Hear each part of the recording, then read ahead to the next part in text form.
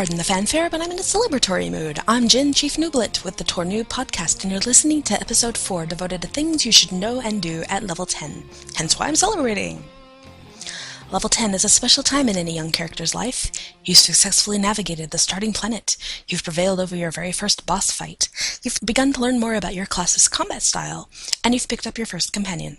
Levels 1 through 10 are referred to as the prologue to your character's class story. You're about to head to the capital planet of your chosen faction to begin Act 1 proper. There will be 3 total acts designed to bring you right through to about level 50. But first there are some things to do right now. For instance, you have to figure out how to get to that capital planet, and I will definitely get to that. Before I get started, I have a small tip specifically for you smugglers and bounty hunters. Before you get off of your starting planet, you'll have one more fight to anticipate. There will be a specific instance inside of the Tor Noob and Hutta spaceports that your class quest indicator will guide you to. Unfortunately, you smugglers and bounty hunters, you can expect most of your exits from most spaceports to be as dramatic and eventful as this one. Be sure you're well buffed and healed before going into these instances, because you two classes in particular can never be sure when you'll be unwittingly entered into a fight. Okay, for everyone, to get off of your starting planet, you're going to find the transport shuttle. You can do this just as soon as you hit level 10, though I do suggest finishing up your class quest before continuing. On Tython, you can find the transport vessel on the upper level of the Jedi Temple.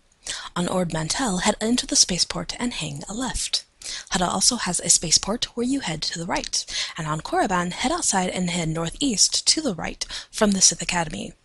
When you get close enough to the transport shuttle ramp, you'll see a door that glows blue. When you right-click on the door, you're going to see 2 major options available, that class's orbital station and your faction's fleet. These 2 things go to separate places. For now, select Fleet.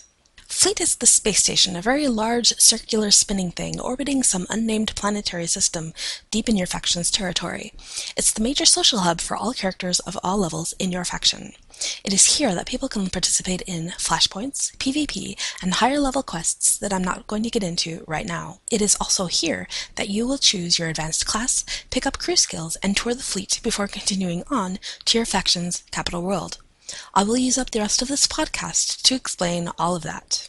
When you travel to the fleet, you will find on your map the elevator leading to the main level. Go ahead and run to that end of the room, right-click on the elevator button, and head upstairs. Fleet can be really overwhelming for the newbie. There are all sorts of missions you can pick up and NPCs to talk to, but don't worry about any of that right now. Just concern yourself with the following. Jedi Consulars, Jedi Knights, Sith Inquisitors, and Sith Warriors will see an NPC standing off to the left-hand side, very near the elevator you just traveled on, with an optional mission indicator, a yellow triangle, floating above the NPC's head. Smugglers, troopers, Imperial agents, and bounty hunters will see an NPC off to the right-hand side, with a yellow triangle above their head.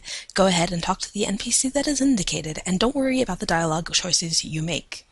Once the dialogue is concluded, you'll see a quest indicator on your map, showing you where you need to go next.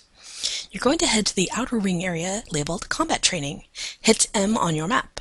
Do you see which quadrant is labeled Combat Training? Do you see where the mission indicator is leading you? Run down the stairs and to the NPC that the map indicates and talk to the advanced class trainer for your class. You will then see an overview of the 2 choices of advanced class available to you. One choice will be DPS and the other choice will be dependent on your class. The NPC will also warn you that this choice you're about to make is permanent. If you make a mistake here, you'll need to either accept your choice or start another character, so be sure to choose carefully. You aren't sure which choice you want? Well, allow me to present an overview of all of the advanced classes and some of the characteristics of each, starting on the Republic side. Jedi Knights can choose to become either a Sentinel or a Guardian. The Sentinel is the DPS class of the 2. They wear medium armor and they hold 2 lightsabers, 1 in each hand. The Guardian can be either a DPS or a tank, depending on which talent tree you choose to put your talent points into. Once you're level 10, you can see the talent tree panel by hitting K on your keyboard. A Guardian continues to wield just 1 lightsaber in their right hand, and they wear heavy armor. Jedi Consulars can choose to become a Sage or a Shadow. The Sage will wield a single lightsaber in their right hand, and they're capable of either DPS or healing. A Shadow holds a lightsaber in their right hand, which is double-bladed. If you're familiar with the movies, think of Darth Maul, a long lightsaber that is lit at both ends. Shadows are capable of stealth and are quite capable tanks as well as DPS, even though the Sage and the Shadow both wear light armor. Smugglers can choose to be a scoundrel or a gunslinger. The scoundrel is capable of healing and stealthing, so they're going to either heal or DPS. A scoundrel uses a gun in each hand, but only the one in the right hand is going to be visible. The gunslinger, on the other hand, uses twin pistols, one in each hand, and they are DPS only. It is said that the gunslinger is one of the most difficult advanced classes to play due to the number of skills they have and the coordination needed to use them all most effectively. Don't let that deter you. Complicated does not have to mean bad. Both of the smuggler advanced classes wear medium armor. Lastly, a trooper will become either a commando or a vanguard. A commando is capable of healing and DPS, and while a commando won't take nearly as well as their vanguard counterpart or the Jedi Knight Guardian, a commando does wear heavy armor, which does afford them a measure of protection. The commando, by the way, is the only player class in the entire game capable of holding an assault cannon, basically a bazooka. A Vanguard is going to specialize in DPS and tanking, every bit as effective as the Jedi Guardian. They also wear heavy armor, and they prefer a rifle to other weaponry. Did you hear something you like on the Republic side, but you play an Imperial character? There are nearly identical choices for you.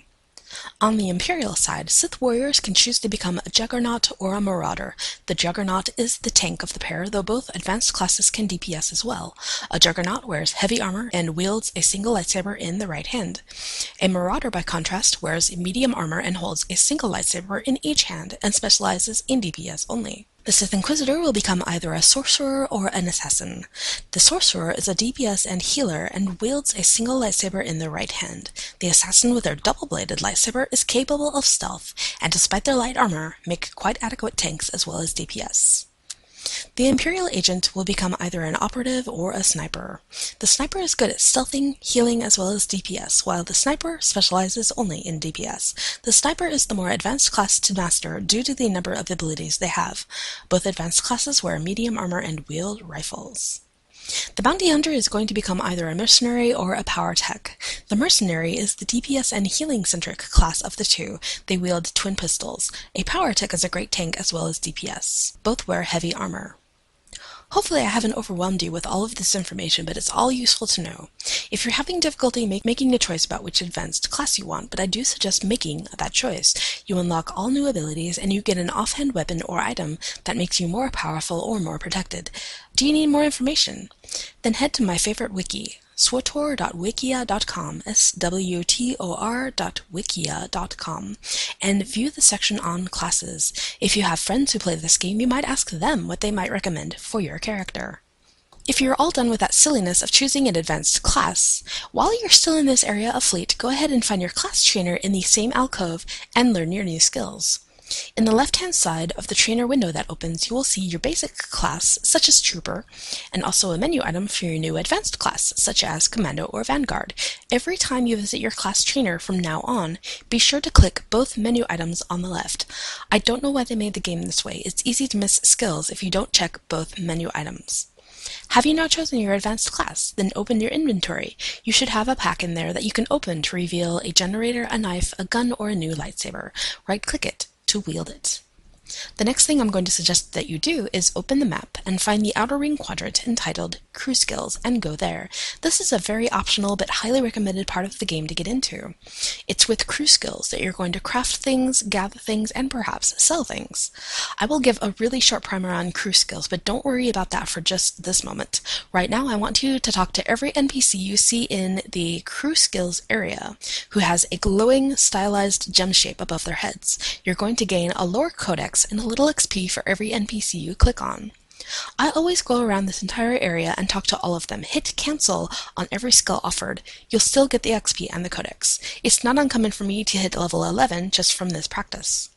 Alright, go ahead and leave your character in this area and relax, because I'm going to give you a 10-minute overview of every crew skill, what it does, and what might be best for you. If your account is free to play, you can pick up one crew skill right now, and you can unlock two later on with either cartel coins or in-game credits. You can also use another character and use these crew skills separately.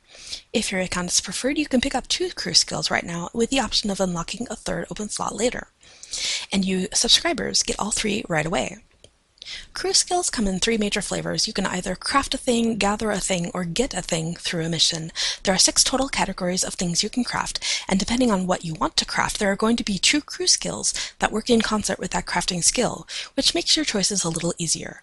There are some people who choose not to get into crafting at all, but instead choose 3 gathering or mission crew skills in order to gather and get things that they can sell or give to others. I will explain all of this and group them into 6 logical benches. The first craft skill I'm going to talk about is Artifice. It is with Artifice that you can craft Strength and Willpower lightsabers, as well as Strength and Willpower lightsaber hilts, offhand Strength and Willpower generators of various types, armor enhancements, some color dyes, and crystals that makes one's weapon or lightsaber change color. And at the very highest levels, you can craft Relics. This skill is most useful to Force-using characters in both the Republic and the Empire, the Jedi and the Sith. There's a separate podcast episode to explain companions, but each companion has a bonus to 2 different crew skills, and because of these bonuses, it is said that the Jedi Consular, the Jedi Knight, and the Sith Inquisitor make the best crafters of Artifice items. If you pick up Artifice, you're also going to pick up the gathering skill Archaeology and Treasure Hunting. Archaeology allows you to gather materials for lower quality items, and Treasure Hunting allows you to gather materials for higher quality items and also companion gifts. The second crafting skill I'm going to talk about is Cybertech. Cybertech is considered the absolute best all-around crafting skill in the game, because there are so many things you can make with this. Armorings, armoring mods, ear slot items, droid armor pieces, grenades, and starship pieces, and all of these items are useful across all classes and levels. I'm constantly logging into my Cybertech character, whether I want to craft something for my own characters and their adaptive armor, or sell something on the GTN for profit. Because of the companion bonuses, the best classes for this highly popular skill are the Jedi Consular, the Smuggler, the Imperial Agent, and the Bounty Hunter. If you choose Cybertech, the 2 skills you want to grab with it are Scavenging and Underworld Trading. Scavenging allows you to gather materials for lower quality items, and Underworld Trading will allow you to gather materials for higher quality items and also companion gifts. The third crafting skill I'm going to blither about is Biochem. Biochem is a very popular crafting skill choice for people who do a lot of PvP or a lot of higher level group quests. I've read that a lot of people take another crafting skill until they reach level 55 and then they start all over again with Biochem, because you just can't go wrong with a skill that allows you to use the best healing, buffing, damage reducing, and damage dealing consumable items in the game. A Biochem crafter makes everything a medical droid might carry, stims and med packs and such, but the variations that a Biochem makes are much better and of higher quality than the basic stuff a medical droid provides. Also, Biochem makes implants that can be used by both characters and companions, just one more item to make characters stronger. The things that a Biochem makes are of use to all characters at all levels. Because of the companion bonuses, the best classes to craft these Biochem items are the Jedi Knight, the Trooper, the Smuggler, and the Imperial Agent. If you pick up Biochem, the 2 best supporting skills are Bioanalysis and Diplomacy. Bioanalysis will allow you to gather materials to make lower quality items, and Diplomacy will allow you to gather items for higher quality items, companion gifts, and even give dark side or light side alignment points, so be careful which missions you send your companions on. The fourth crafting skill to talk about is Arms Tech. I log into my Arms Tech crafter almost as often as my Cybertech, so it's another highly useful and broad use skill to pick up. With Arms Tech, you're going to be crafting guns, knives, staffs, and aim-uncunning barrels for moddable weapons. All of these weapons are used by non-Force-using characters and companions, so it's worth consideration. I also use my Arms Tech to craft MK9 kits. This is an endgame item that every single high-level character in this game uses as soon as they learn about it, so yeah, it's quite the moneymaker. The best classes for this crafting skill are the Trooper, the Smuggler, the Imperial Agent, and the Bounty Hunter, due to their companions' bonuses for this skill. The 2 best counterparts to this skill are Scavenging and Investigation. Scavenging allows you to gather materials for lower quality items, and Investigation gets you material for higher quality items and also companion gifts. The 5th crafting skill is Armor Mech. There's a reason that this crafting skill is so low on my personal list, and that's because it's not very useful to me personally. It's with this skill that you can craft medium and heavy armor with aim and cunning attribute bonuses, useful to all non-Force using classes and companions. To be honest, the only reason that I bother to level my Armor Mech character is because that once that skill is maxed, I can craft up the 2 most important endgame augments for non-Force users and companions, that being the ones that have aim or cunning. Because of companion bonuses, the best classes for this skill are the Trooper, the Smuggler, and the Bounty Hunter. If you choose Armor Mech, the 2 other best crew skills will be Scavenging and Underworld Trading. for the lower quality materials as well as the higher quality materials and companion gifts. And finally, just to make sure your brain explodes, the sixth crafting skill to round up the complete set is synth weaving. Just as the armor mech makes pieces of armor for the non-force using character or companion, the synth weaver makes pieces of armor for the lightsaber wielding classes and appropriate companions that use strength and willpower. Once this skill is maxed, I use this crafter for only one purpose, to craft me strength and willpower augments. Again, these are in-game items. There are other augments, but those that pertain to the main attribute for a class tend to be the most often used. Because of companion bonuses, the best class to pick up synth weaving are the Jedi Knight, the Jedi Consular, the Sith Warrior, and the Sith Inquisitor. If you pick up synth weaving, also get Archaeology and Underworld Trading. Archaeology will get you materials to craft up low-quality items, and Underworld Trading will get you the materials for the higher quality items and companion gifts. Because of all the above information and how they interact with each other, the only skill I have yet to mention is slicing. Slicing is this game's version of hacking, and it's with slicing that you're going to gain credits by hacking into lockboxes and terminals. By sending companions on missions with this particular skill, you'll gain lockboxes containing money, tech parts that are most useful to cybertech and arms tech crafters, and schematics for augments for synth weaving, armor mech, and arms tech. If your only interest in crew skills is not to craft things but to gather materials and other things you can sell, pick up slicing. This would be considered profiteering, or making a profit by selling what you find. All classes have a companion that have a bonus in slicing, so I'm not going to bother to make a recommendation for the best class with the best bonus to this skill.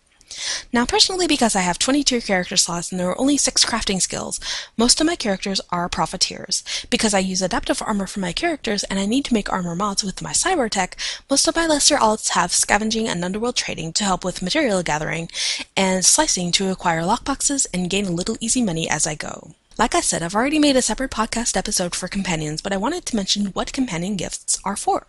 Each companion has an affection score, and you can raise that companion score through dialogue choices or with these companion gifts. You max out a companion's affection score at 10,000 points, which can take a very long time to achieve through only dialogue choices. You can make that go more quickly by giving your companion some gifts. Your companion has a favorite type of gift, which means you'll get more affection points for the companion's favorite gift type. There's a website that shows every companion's favorite gift type, and I'll share that in this podcast's show notes at tornoob.com. Anyway, when you max out a companion's affection, that companion will perform missions more quickly, you can make them a little more powerful, and you unlock a legacy perk as well. Each companion has their own dialogue, which they share with you as you gain more affection with them. The way that I use crew skills and companion gifts is, if there's a companion whose affection score I want to raise quickly, I will log into all of my characters one at a time and send all available companions out on missions that feature rewards of companion gifts. The mission will be completed even when the character is logged off, so I will go down the list of my characters, I will log into each one and send all companions on missions for those companion gifts. By the time I've logged out of the last character and go back to the first one, those companions have returned. There are companion gifts waiting for me, and I can start the cycle all over again. This is what I call cycling through my alts. I do this a lot, which I'm sure confuses my guildmates as they see me logging in and out of different characters over and over again. Oh well, it's cheaper for me to acquire gifts this way than to buy them from a vendor or from the GTN. Anyway, with a pile of companion gifts in all of my varied characters' inventory, I will mail them all to the one character with the companion I'm trying to quickly raise affection on. Truthfully, that's the chief reason I mess with crew skills at all, is the companion gifts. Wow, you're still listening. Well then, let's continue on. If you've chosen your crew skills, or 3, next you may want to hit the Cartel Bazaar. On the Republic fleet, the elevator to the bazaar is at the very top of your map, the northmost hallway. On the Imperial side, the bazaar is at the very bottom of your map, the southmost hallway. Take the elevator to this large room. As you enter the room, you'll see the appearance kiosk, where you can change everything about your character's appearance, including species, everything but your character's gender. Try it, it only costs cartel coins if you approve the changes. You will see your character's cargo hold in this room as well. What's a cargo hold, you might ask? Well, it's kind of like your character's inventory. It's a chest, a stash for your lesser used items. If you have found an amazing piece of armor that you may want to sell later, but you don't have time right now, stash it here to free up inventory space on your character. You can also put materials you gather from crew skills in here. That way you can craft up an entire inventory's worth of armor, and you'll automatically use the materials stored in your cargo hold. It's pretty much the only reason I use my cargo hold myself. Also, you'll see a GTN terminal in the Cartel Bazaar room you're in. Go ahead and right-click it in the middle of the room to see. The Galactic Trade Network is where you'll see items for sale and a space to list your own things to sell.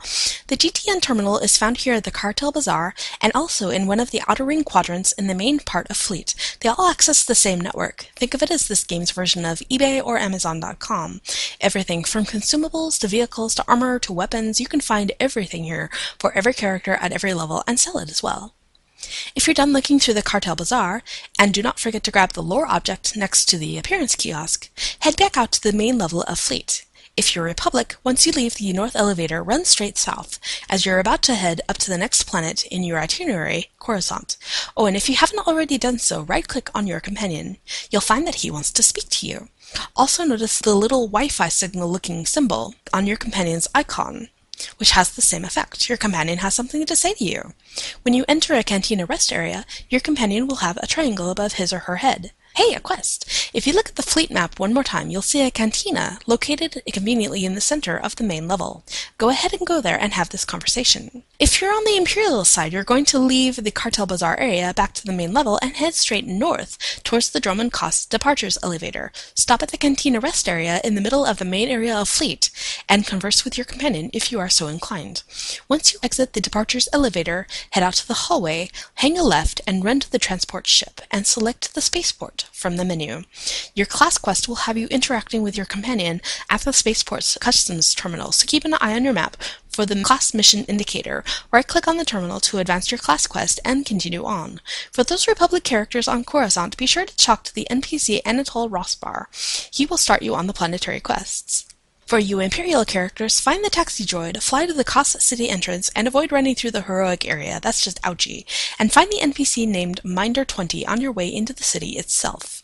This planet doesn't have a strong breadcrumb series of quests, but this will get you started. A word on both planets. Coruscant is laid out a bit differently than most of the planets. Rather than an entire planet with a solid road you can run along from one end to the other, there are 4 pockets of areas you can run around inside, but to travel to each one you're going to have to use the taxi speeder each time.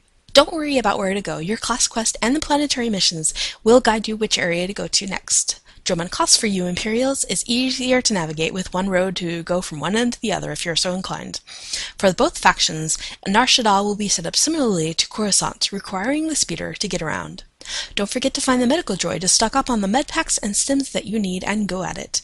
If you have the archaeology, bioanalysis, scavenging, or slicing crew skill trained, every so often you'll see a star icon appear on your minimap. Go find what the star belongs to and right-click on the item to gather it. It levels up your crew skill and it costs nothing to gather these materials. It makes it a great newbie-friendly skill to indulge in, whether you're looking to get into crafting or looking to sell stacks of materials on the GTN. I know this was an exceptionally long podcast episode and I appreciate your indulgence. You can see why in previous episodes I kept referring to level 10 content that I'd get to later. There's a lot to learn. In closing, there's one more thing that I'm refusing to get into right now, and that is Legacy. When your first character on the server reaches level 10, a shield icon starts glowing in the top menu. If you click on it, you'll get some text information about the Legacy system. I'm going to tell you to ignore that for just this moment because you've just endured a lot of time listening to me talk and you need a break. I will share all about the Legacy system in the very next podcast, I promise. You've been listening to the Tor Noob podcast recorded August 16th, 2014. Archives, videos, audio, show notes, downloads, and all that other stuff is found at my website, tornoob.com.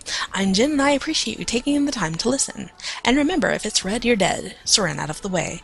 Stay safe out there.